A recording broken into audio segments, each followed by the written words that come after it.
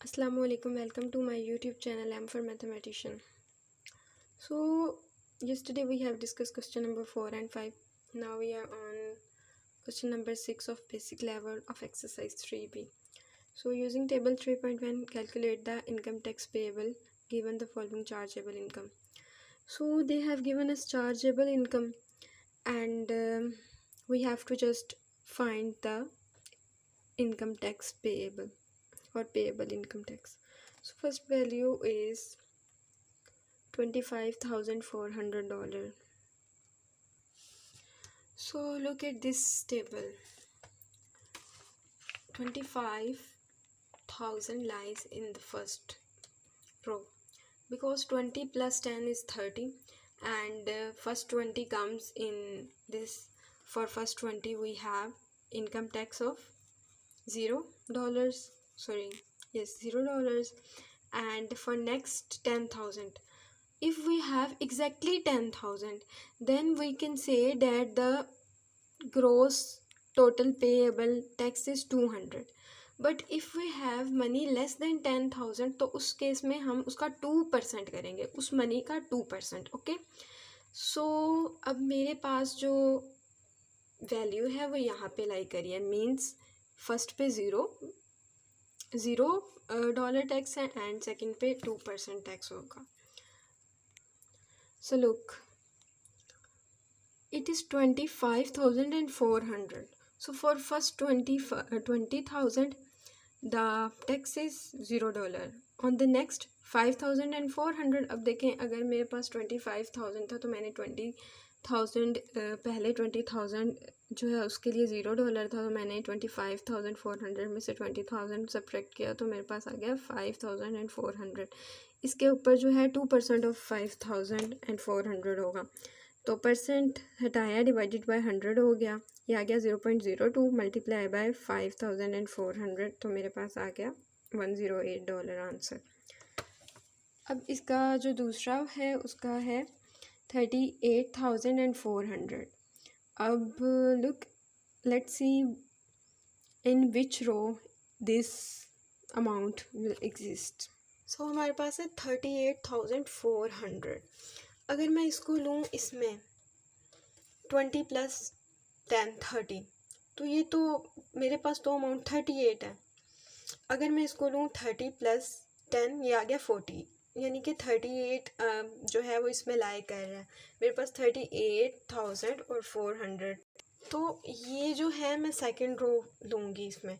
अगर मैं for example मैं कहती हूँ मैंने सेकंड नहीं लेनी, थर्ड को मैं चेक करती हूँ, तो ये तो 40 प्लस 40, फर्स्ट में 40 है जबकि मेरे पास तो अमाउंट ही 38 है. सेकंड में भी 40 है, मेरे पास अमाउंट 38 है, तो मैं कैसे 40 में देख सकती हूँ. तो अब मेरे पास जो अमाउंट 38,400 है, तो फर्स्ट 30,000 के लिए जो है वो मेरे पास जो क्रॉस टैक्स है वो 200 होगा, $200 टैक्स पेएबल. अब नेक्स्ट जो मेरे पास ये 38,400 है, यानी पीछे मेरे पास क्या बच गया 8,400, तो इस पे 3.5% टैक्स अप्लाई होगा. 3.5% ऑफ 8,400.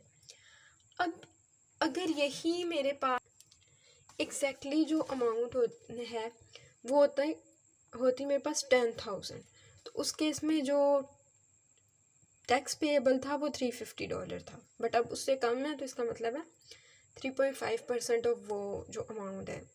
ओके, सो इसको सॉल्व करते हैं. हमने देखा था कि फर्स्ट 30,000 पे $200 का जो टैक्स था वो लगेगा, और जो मेरे पास नेक्स्ट 8,400 था उस पर 3.5% का, तो 3.5% डिवाइडेड बाय 100 हो गया. ये 0 से कैंसिल हुआ, 3.5 को 84 से मल्टीप्लाई किया तो ये आ गया 294. अब बेसिकली एक स्टेप ये भी होता है कि हमने दोनों टैक्सेस को ऐड करना होता है, फर्स्ट टैक्स को भी और नेक्स्ट को भी. तो ये 0 था और 108, 0 प्लस 108 अगेन $108 ही आया है. बट इस क्वेश्चन में पहले मेरे पास $200 था, नेक्स्ट है 294, तो मैंने 200 और 294 को ऐड किया तो मेरे पास $494 आ गया. नेक्स्ट क्वेश्चन है 72,000. अब 72,000 जो है अगर हम इसे टेबल में देखें तो ये कहाँ पे लाई कर रहे हैं. देखें 72,000 है, तो 40 + 40 80,000, तो ये इसमें लाई कर सकता है। ये 30 + 10 40 इसमें लाई नहीं कर सकता। एंड फिर ये जो है ये 80,000 + 40 ये 120,000 वाले ये बन जाएगी अमाउंट, तो इसमें भी लाई नहीं करता ये। तो ये 40 + 40 72,000 है, तो ये इस वाले में लाई करेगा। तो फर्स्ट 40,000 के लिए क्या हो जाएगा $550, और सेकंड जो अब हमारे पास ये $72 है, तो पीछे हम अगर $72 में से $72,000 में से अगर हम सब्ट्रैक्ट करें 40,000, तो हमारे पास बचता है 32,000।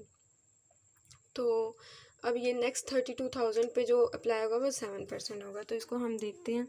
ये देखें, मैंने इसको देखा, मेरे पास फर्स्ट पे $550 अप्लाई हो रहा था। मैंने 72,000 में से ये 40,000 सब्ट्रैक्ट किया, तो मेरे पास 32,000 आ गया। तो इस पे जो है 7% अप्लाई हो रहा है, तो परसेंट हटा के ये सारे कॉमन वही स्टेप्स हैं। आगे हमने दोनों टैक्स को ऐड कर लिया, $550 एंड 2,000 एंड $240 को, तो ये आ गया $2,790। अब उसके बाद डी पार्ट है। अब इसमें मेरे पास है $105,000।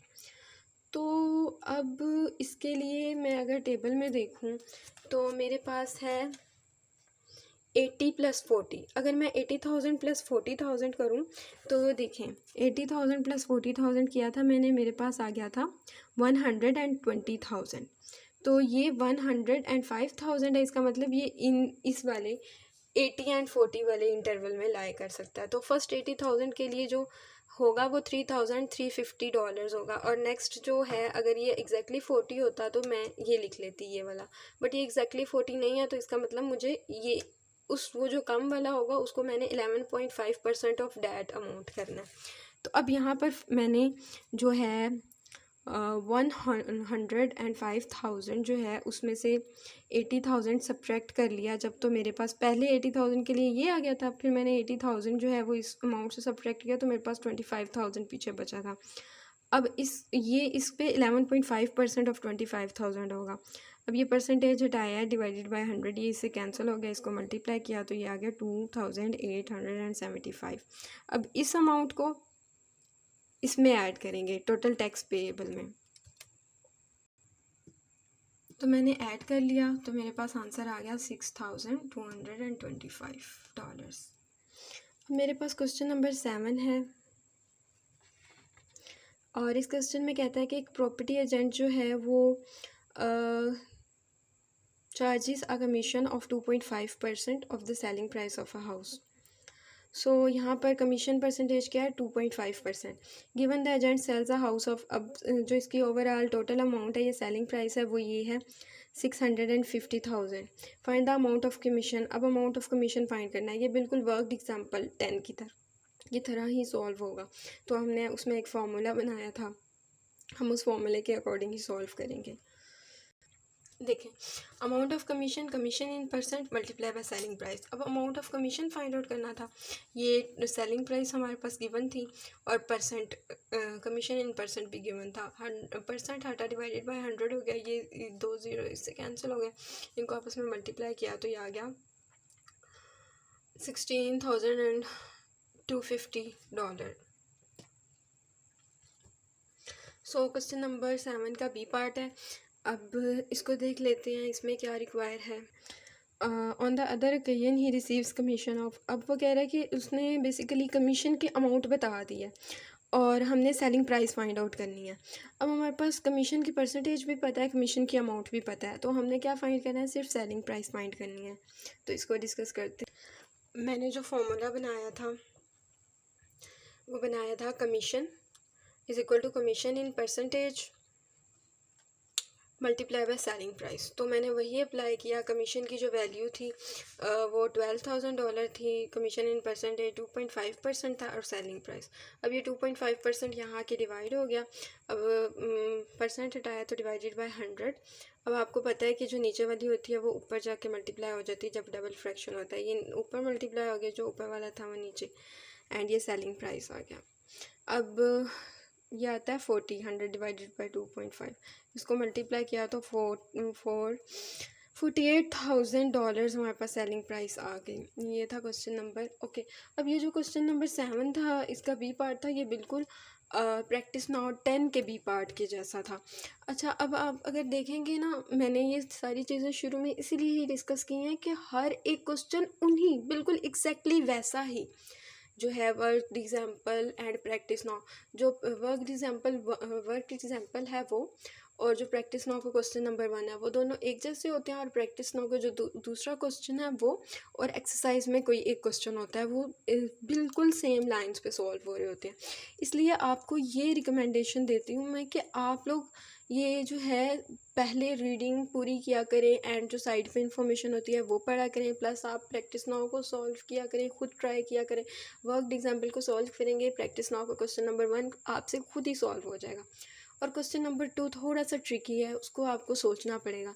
और आई थिंक मैथ जो है ना, वो आपको, math is like a creativity, तो वो आपको इस तरह आती भी नहीं है कि आप बस रट्टा करते रहें, बल्कि आप टेक अ फर्स्ट स्टेप और ख़ुद सॉल्व करने की कोशिश करें, एंड यू विल इंशाल्लाह। सो बेस्ट ऑफ लक। आप देखा करें, पहले ख़ुद ट्राई किया करें, सॉल्व करने की कोशिश किया करें, तो अगर ना हो तो you can take help from the online lectures. Okay, so best of luck. अल्लाह हाफिज़।